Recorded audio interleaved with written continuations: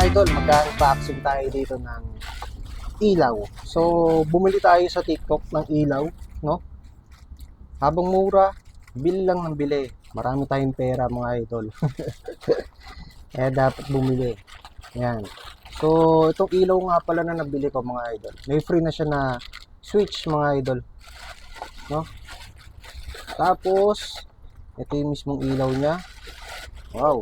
Ganda ng box oh. Diba, may laman pa ba? Okay, wala nang laman.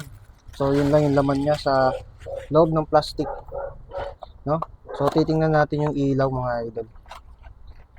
Okay. So, ito yung version 6 mga idol. Tingnan nyo naman, ha? So, yung kasama sa loob ng box mga idol, ito yung mga tools niya. Tapos, ito yung maliit na bracket, no? Para dito. Lalagay mo siya dyan. So, ito na mismo yung mga idol yung ilaw. Ayan, oh. Version 6. Ang ganda, laki. Oh, tingnan natin sa palad natin. Ayan, oh. Diba? Tapos, mayroon siyang fan sa likod, mga idol. Quality pa lang. Panalong-panalo na. Alloy, mga idol, oh. Ngayon, titingnan natin isa. Siyempre. Tama-tama ito, mga idol, no? Kasi, yung sa motor ko is, kailangan ko ng malakas na ilaw. Ayan. So, bumili ako sa TikTok nito. Nakita ko mura lang. Kaya yan. Meron tayo ulit ilaw, no? Tapos may free pa siya na switch. Galing. Thank you, seller. Thumbs up. No? So, ngayon, babalatan natin to. Siyempre, tetestingin natin yan dito sa battery natin. Kung gaano ba ito kalakas. No? Subukan muna natin.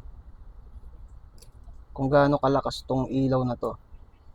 Balatan lang natin konti. Konti lang. Laking bagay ng gunting mga idol.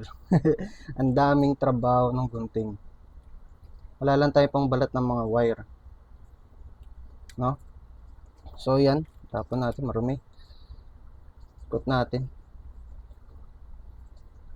Ang sabi dun sa mga review, no? Sa TikTok is ang lakas daw nitong ilaw na to. So, kaya yan, no? Napa-order tuloy ako. So, yung positive lagay natin dito. Teka, baka magdikit ha. Okay, positive dito.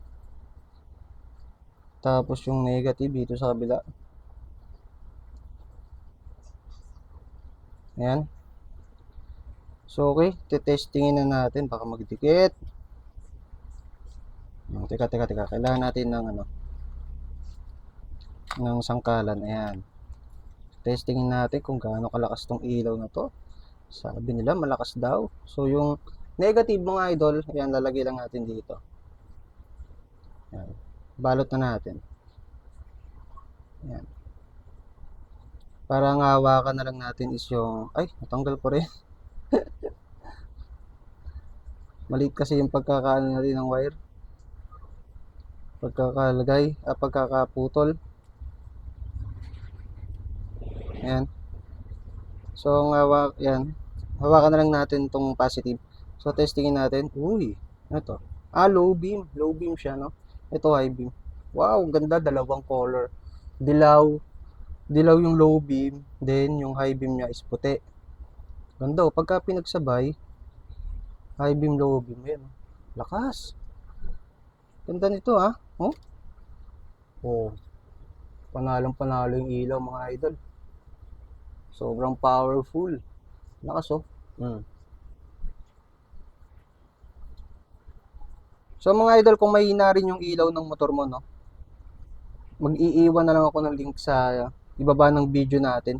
Kung sakaling magustuhan mo tong ilaw na ganito, no? Dito ka na lang din bumili sa yellow basket ko sa baba, no? Kung saan ako nag-order para hindi ka maligaw kung saan ang seller, no?